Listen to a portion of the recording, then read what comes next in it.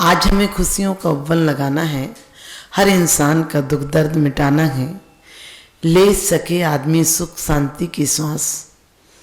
आज हमें खुशियों का अव्वल लगाना है, हर मानव के दुख दर्द मिटाना है, ले सके हर प्राणी सुख शांति की श्वास। इसलिए हमें महावीर की सत्य अहिंसा को घर घर पहुंचाना है। इसलिए हम महावीर की सत्य अहिंसा को घर घर पहुंचाना है। हम रोज नारे लगाते हैं सत्य अहिंसा जिंदाबाद, लेकिन हालत देखो, अहिंसा और सत्य की हमने अर्थ ही निकाल दी है। आज अहिंसा के नाम पर हिंसा ने तांडव मचा रखा है, चाहे अंदर की हिंसा हो या बाहर की हिंसा हो। आज प्रत्येक चीज़ों में मिलावट आ रही है।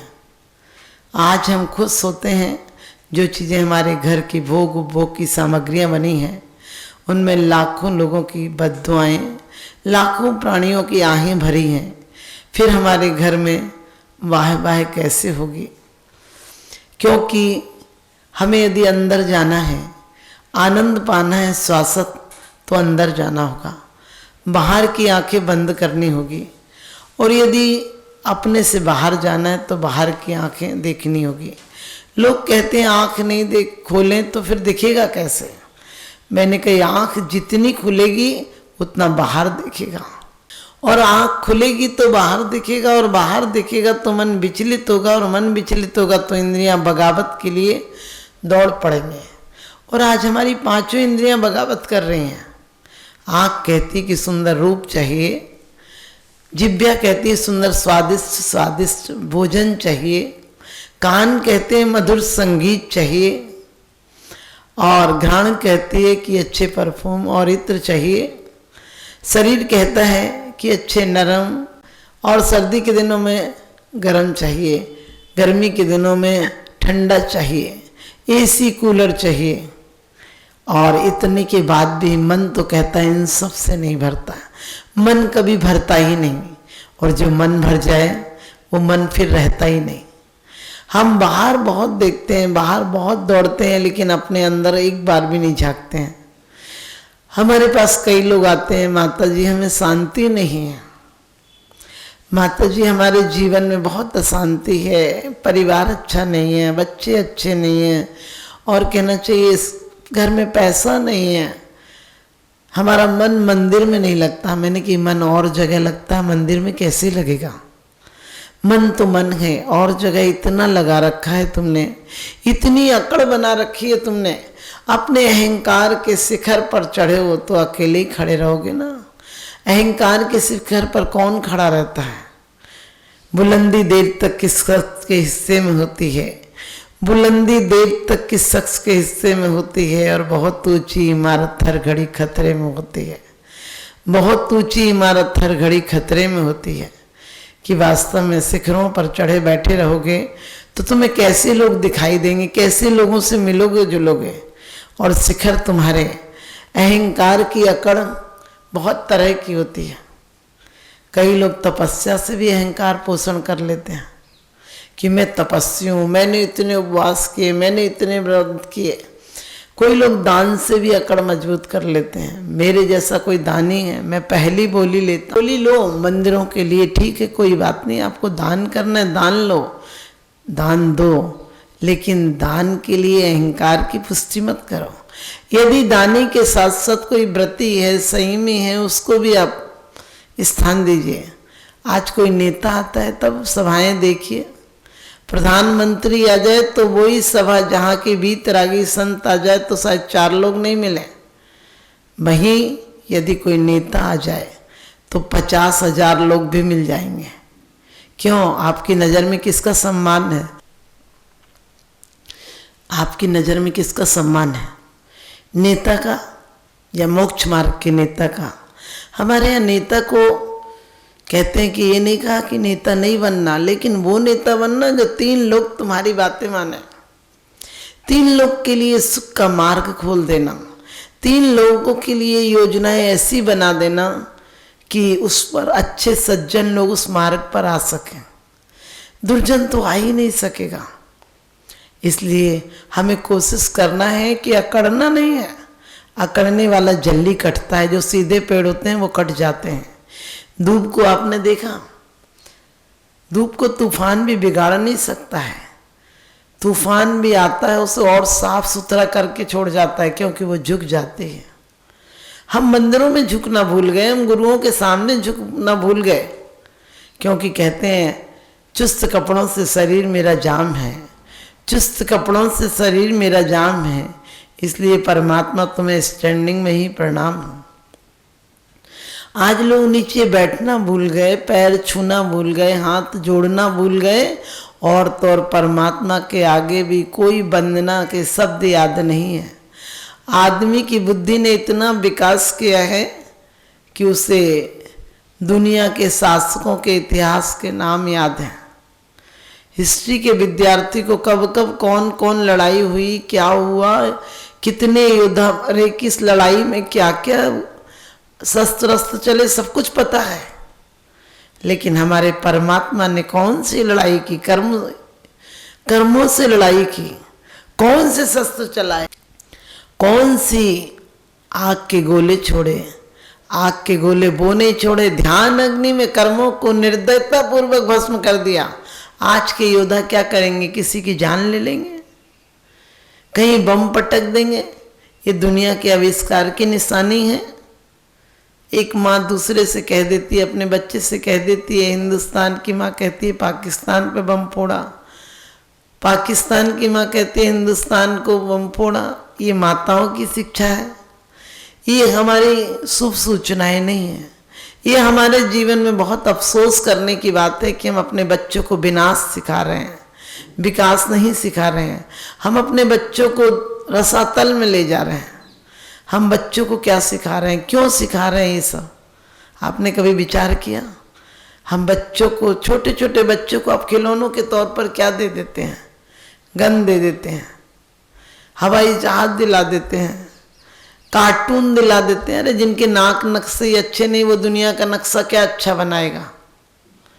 जो बच्चा छोटे से यदि गन चला रहा है, भले वो नकली गन हो, आगे चल के असली भी चलाएगा, क्योंकि उसने बचपन से यही देखा है, आपने यही दिखाया है।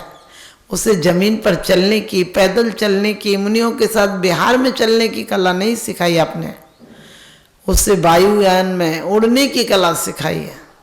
जो आज हवा में उड़ते हैं, जो आज हवा में उड़ते हैं इस अंतरिक्ष की छाती पर, जो आज हवा में उड़ते हैं इस अंतरिक्ष की छाती पर, वे भूल रहे अपना गौरव कल की पुराण की थाती में। चिर शांति नहीं दे पाएंगे, अभिमान चलायत होता है, और इस बीत राग विज्ञान बिना विज्ञान आज का धोखा है। इस बीत राग विज्ञान बिना विज्ञान आज का धोखा है। ये विज्ञान धोखा है, क्योंकि कहते हैं जब तक सद्ज्ञान नहीं होगा सब फीके पड़ते जाएंगे, और ये भौतिकता के सुख साधन नरकों को गढ़ते जाएंगे। ये भौतिकता के सुख साधन नरकों को गढ़ते जाएंगे। पहले मरने वाले को भी पता होता था, मारने वाले को भी पता होता था। हमारे महाभारत रामायण आदि युद्ध हुए, जब राम रावण के युद्ध हुए तो क्या था, शाम को शिविरों में शांति हो जाती थी, एक दूसरे की लोग मलम करते थे। युद्ध स्थल से जाने के बाद कोई बैर विरोध नहीं होता था, यानी ऐसा नहीं होता था कि रातों रात बम पटक दें। आज जितने युद्ध हो रहे हैं, धोखाधड़ी के हो रहे हैं, घर में देखिए, व्यापार में देखिए, परिवार में देखिए। जब आपको मतलब होता है तो आप तलवे के नीचे से निकल जाते हैं, जब मतलब होता है तो आप ऐसे एक दूसरे के प्रति हो जाते हैं कि आप जान दे देंगे उसके लिए, और जैसे ही मतलब निकलता है तो ही जान लेने को तैयार हो जाते हैं। आज दोस्त क्षण भर में दुश्मन बन जाते हैं। एक साथ रहने वाले फूटी आंख नहीं देख सकते किसी को। ये क्या, हमारे अहंकार ने ऐसी स्थिति पैदा कर दी। हमारे अहंकार ने हमें धर्म से, कर्म से, परिवार से, प्रेम से, समाज से, सबसे दूर कर दिया।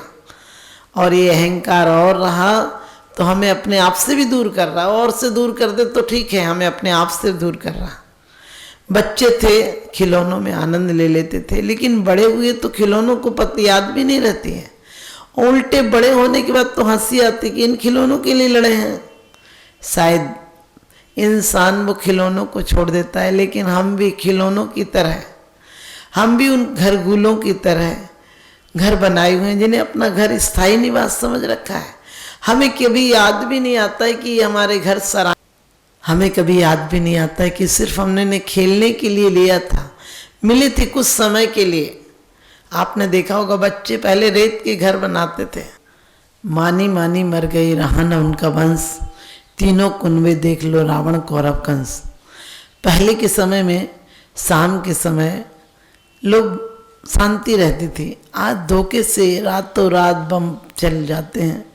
न मरने वाले को पता होता है, न मारने वाले को पता होता है। हिंदू के बम फोड़ने से भी हिंदू मर जाएगा, मुसलमान के बम से मुसलमान मर जाएगा। लेकिन चाहे हिंदू मरे चाहे मुसलमान मरे, आत्मा सबके अंदर परमात्मा जैसी शक्ति है। हमें कोशिश करना है कि हम उस परमात्मा शक्ति को प्रकट करें। एक भी जीव भी मरता है, एक छोटे से छोटा जीव भी मरता है, वो भी आने वाले समय में परमात्मा बन सकता है। तो हम अंदर की आँख खोलें, अपने परिवारों में सुख शांति लाना है तो हम सबसे मिल कर रहें, सबको आपसी में एक सबके साथ सौहार्द का भाव रहे, सबके साथ मिल बांट कर। क्योंकि आपने देखा होगा पहले यदि कुछ कम कपड़े भी होते थे तो कोई दिक्कत नहीं थी, एक दूसरे के कपड़े पहन लेते थे। तुम हमारे पहन लो, आज हम ये साड़ी पहन लेंगे, कल वो साड़ी पहन लेंगे। आज तो ये होड़ लगी है कि जो मैं पहनूं वो किसी पर नहीं मिले, और इसी अहंकार के कारण आज हर आदमी, कहीं शादी में जाओ तो महोत्सव नहीं, कहीं मंदिर में जाओ तो परमात्मा के दर्शन नहीं, कहीं सामायिक करने बैठो तो भी आपको ये लगता है कि कौन कितनी देर बैठा है। बैठने से नहीं है, हमारे कान क्या सुनते हैं। हमारे कान कोई कुछ भी कहे, लेकिन हमारे अंदर ले जाने की इजाज़त हम देते हैं या नहीं देते हैं। कोई क्या कह रहा है, कोई क्या कर रहा है, हमारी नज़र इस तरह से हो जाए कि हमें बुराइयां भी अच्छाई में परिवर्तित करने की कला हो जाए। हमारे अंदर किसी की बुराई भी दिखे तो लगे उस पर दया आए, करुणा आए कि देखो बेचारा कितना भ्रमित हो रहा है, हमारे प्रति गलत फहमी है। हम उसे सफाई पेश करने की कोशिश नहीं करें, क्योंकि आज तक हमने शब्द रटा रटा के लोगों को ज्ञानी बनाने की कोशिश की है। जबकि निःशब्द हो जाएंगे, हमारे शब्द मौन हो जाएंगे, हमारी व्यर्थ की बातें बंद हो जाएंगी, तो वास्तव में हमारा जीवन धन्य हो जाएगा।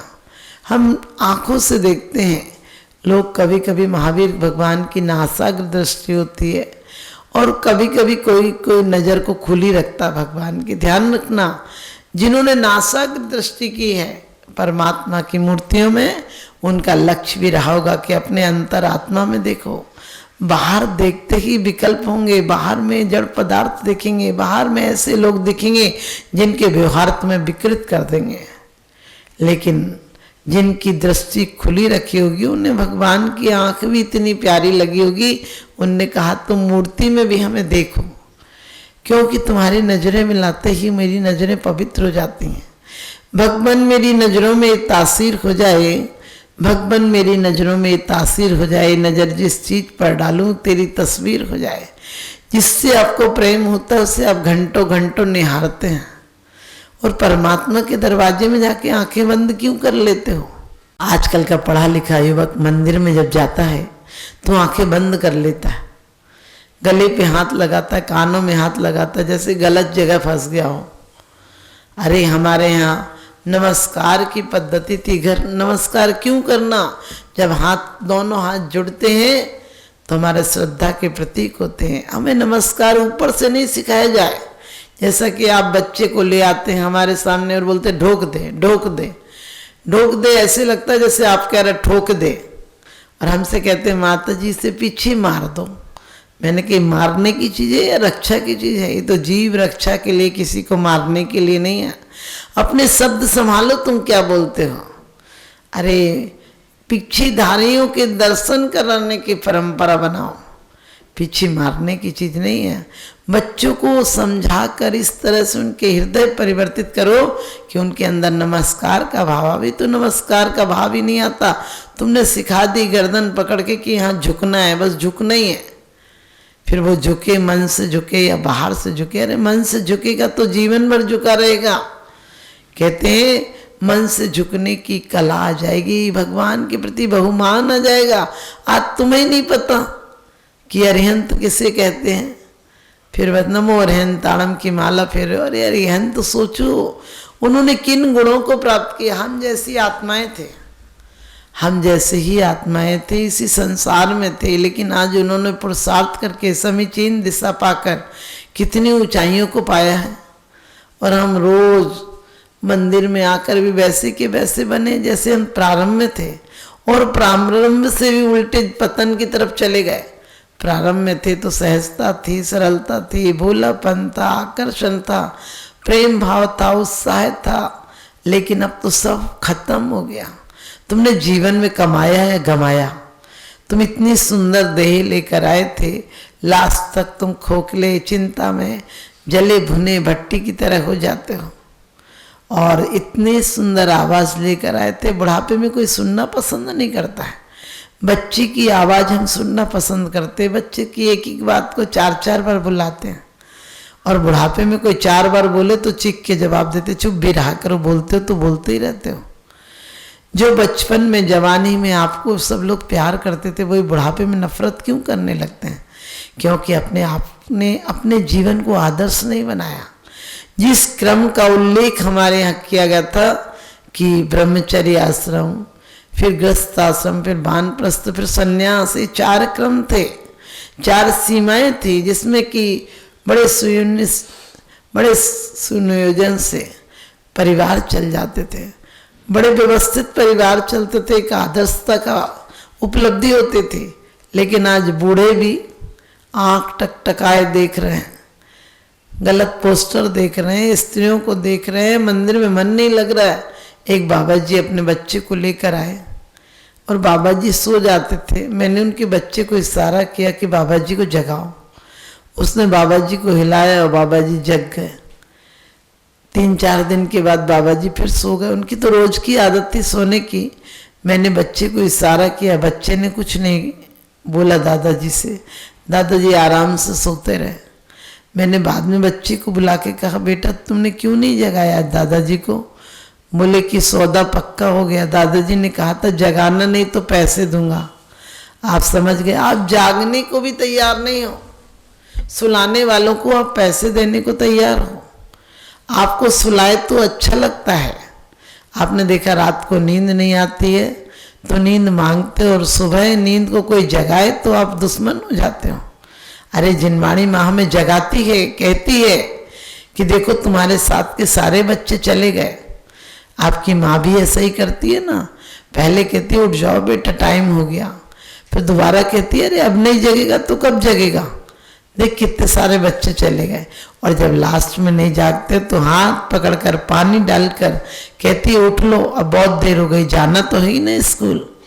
इसी प्रकार से हमारी जिनवाणी माँ पहले कहती भव्य आत्मा इतने जीवन उद्धार किया, तुम भी उद्धार करो। दूसरी बार कहती देखो इतने महापुरुष चले गए बेटा, तुम अभी तक सो रहे हो।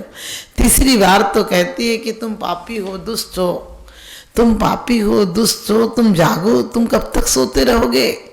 और इसीलिए आचार्यों ने कभी प्यार की भाषा, कभी थोड़ी कड़क भाषा कहते प्रयोग की है कि तुम जागो। हम जाग नहीं सकते, हम जागने के लिए तैयार नहीं है। अरे बचपन के खिलौनों को छोड़ो, ये बचपन के नहीं है, बचपन के भी खिलौने ही हैं। जिन मकानों को तुमने समझ रखा है वो मकान तुम्हारे साथ जाएंगे। तुम कहते हो हमारा नाम तो चलेगा। हमने कहा अरे कलयुग के बेटे हैं, अपना नाम भूल गए, तुम्हारा नाम क्या रखेंगे। अब एस के जैन है, एम के जैन है, एल के जैन है, पता नहीं वो सुरेंद्र सतीश से सुधीर है, क्या पता चले। और ए के जैन है, पता नहीं आदि से अरिंजा है, क्या है। एक एक नाम अपने नाम खा गए बच्चे। आजकल पहले पहचान होती थी वही जो प्रतिमाधारी हैं, वही व्यक्ति जिनके घर में रोज चौका लगता है। आजकल पूछो तो बोले वही जिनके यहाँ 2 कुत्ते हैं। सोचो तुम्हारी कुत्तों से तुम्हारी पहचान होने लगी, तुम कुत्ते जैसे ही हो जाओगे। कुत्तों से पहचान मत बनाओ, व्रत उपवास से पहचान बनाओ, दान से पहचान बनाओ, संयम से पहचान बनाओ, और हो सके तो अपने आत्मा को इतना ऊपर उठाओ कि दुनिया में पहचान नहीं, तुम्हारी चरण रज को लगाने के लिए भी दुनिया तरस जाए। क्योंकि रागी के जलाने के बाद हम घर के बाहर नहाते हैं कि ताकि इसके अशुद्ध परमाणु जो ये घर में सड़ सड़ के मरा है, आकुलता में मरा है, आर्त ध्यान में मरा है, इस जैसी संगति, इस जैसे परमाणु एक भी मेरे घर में प्रवेश नहीं कर जाए। और नहाने के बाद मंदिर और जाते हो कि परमात्मा जो एक आध लग गए हो वो भी छूट जाए, तुम्हारी जैसी पवित्र आत्मा बन जाए। लेकिन आपको पता है, घर परमात्मा के परमाणुओं को तुम सिर पर लगाने जाते हो, परमात्मा के परमाणुओं को तुम तीर्थंकरों के निर्वाण स्थली कह के अपने साथ लगाते हो, ताकि उनकी परम रज तुम्हारे शरीर में लगकर तुम्हारा भी शरीर परम औदारिक हो जाए, तुम्हारा शरीर भी परम पूज्यता को प्राप्त हो जाए। तो हम भगवान से एक ही प्रार्थना करते हैं, और करो, सारी दौलत यहीं पर रह जाएगी, इस धरा पर सब धरा रह जाएगा, इस धरा का इस धरा पर सब धरा रह जाएगा। ये सुअवसर खो दिया तो बाद में पछताएगा, ये सुअवसर खो दिया तो बाद में पछताएगा। ये जीवन सिर्फ नोट कमाने के लिए नहीं, वोट कमाने के लिए नहीं, ये खोट को गंवाने के लिए मिला है। ये जीवन की एक एक सांसें हमें परमात्मा शक्ति प्राप्त करने के लिए मिली है। हमारा आकार परमात्मा के आकार से मिलता है। हम बच्चों को छोटे छोटे में और खेल नहीं सिखाएं, उन्हें सामायिक करना, उन्हें माला फेरना, उन्हें जाप देना, उन्हें आहार देना, ये सब खेल सिखाएं, तो आपके जीवन का सच्चा खेल हो जाएगा और आप जीत जाएंगे। जीवन की जंग, संसार की जंग जीत जाएंगे। आप सब जीते और आप सबके जीवन में सुख शांति आए, मेरा यही शुभ आशीष।